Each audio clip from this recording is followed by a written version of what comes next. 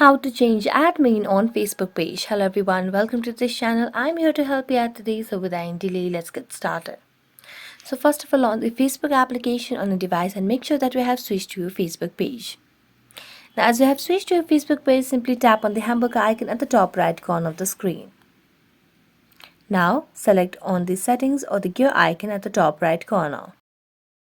Now scroll down and under audience and visibility, you can see the option of page setup. So simply select on page setup. Here you can see the option of page access. So simply select on that. And here you can see I am currently the admin of this particular page. Now if you want to add or you can change the admin, simply tap on add new and just tap on next. And here you just need to search for this particular person that you want to make the admin for.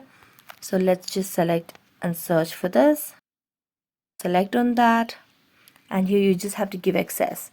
So if you can also select if you want this person to have the full control. If yes, you can just toggle on. If not, you can just toggle it off and then tap on give access, and now you can change the admin on Facebook page.